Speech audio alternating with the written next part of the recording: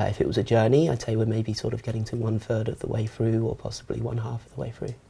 If you have been following these hearings the past few weeks, can you just tell me your general impression of what took place in the court? I mean, shambolic is too generous. Kafkaesque is almost doesn't fully capture just how deeply cynical and torturous it has been in many respects. So just to outline, a major problem has been the inaccessibility to observers, to the press and to international monitors who are there from various non-governmental institutions and representatives from the European Parliament, representatives from organisations concerned with press freedoms, who have obviously taken great interest in this case because it's of such monumental importance to a free press and therefore to democracy, who have been systematically denied access because of the small size of the courtroom, because of the issues with social distancing due to the coronavirus. However, through technology, it should have been possible for as many people as want to observe and participate through observation in this hearing to do so, and they've been denied. So there have been up to 40 organisations who have wanted to monitor this case, and there's been immense frustration at their inability to get in. That's just one of the issues. There's been problems with the technology to have witnesses, and there have been so many expert witnesses. There's so much important information that is relevant and germane to this hearing to do with the background and history of WikiLeaks, what the publisher has actually revealed to the world in terms of very serious misdeeds, war crimes, and the relevance that's had to the world, and also important testimony regarding the horrific conditions in detention in the United States and the process. And there's been difficulty of those witnesses being able to give that evidence in full because of technology and because of the prosecutors and the judge trying to limit what can be entered into the public record. And those are just a few. I could give many more examples. So I also want to touch on WikiLeaks publications, their significance, as well as WikiLeaks core values. Can you speak to that and why it's so important that we have organizations that are publishing crucial and vital information that needs to be made public? So the important thing is to remember the framing and the context. So WikiLeaks came into the forefront, into the public stage during the Iraq War and the Afghanistan War, which were, let's be honest with ourselves, voluntary wars of aggression by the United States, not necessary for the defence of the United States, as part of the supposed war on terror, which has led to the destabilisation of the Middle East, millions of deaths, and you know, an ongoing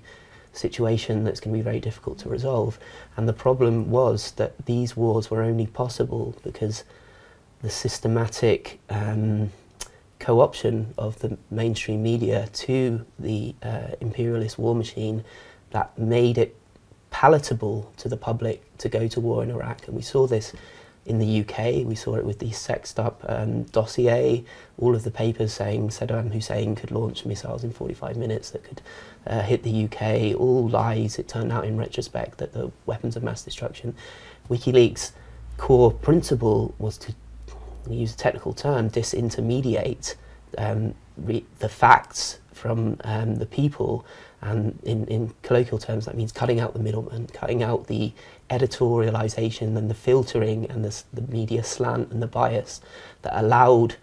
these mainstream media organizations to create the conditions for these horrific wars. And the way to do that was to give the public access to vetted, verified, original source documentation, so materials of truth, and to not selectively publish them, to not put an editorial slant on them, to not present them with a spin, but to allow the public to see the truth and come to their own conclusions. And this was through,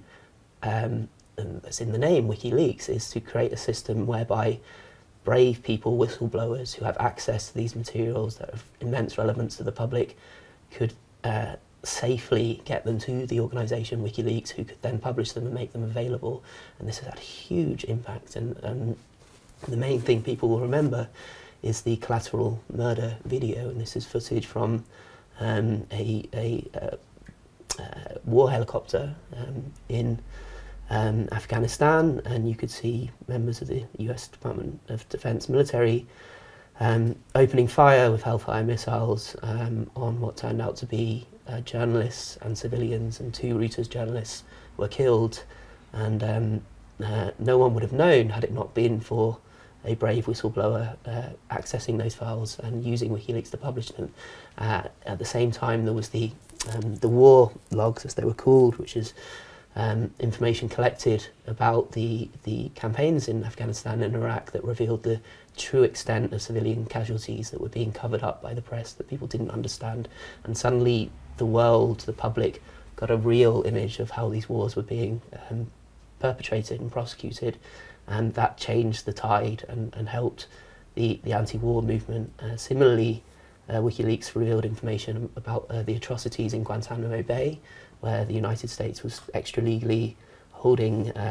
what they called enemy combatants and systematically torturing them out with the rule of law outside of the Geneva Conventions. And it was only through publication by WikiLeaks of information about that some of these atrocities were able to be stopped by lawyers and human rights activists. And so I'd say it's impossible to overstate the impact that WikiLeaks as a model of transparency in journalism has had on the world, and what we're seeing through this vendetta, I would call it, by that same machine that whose war crimes and whose injustices were revealed against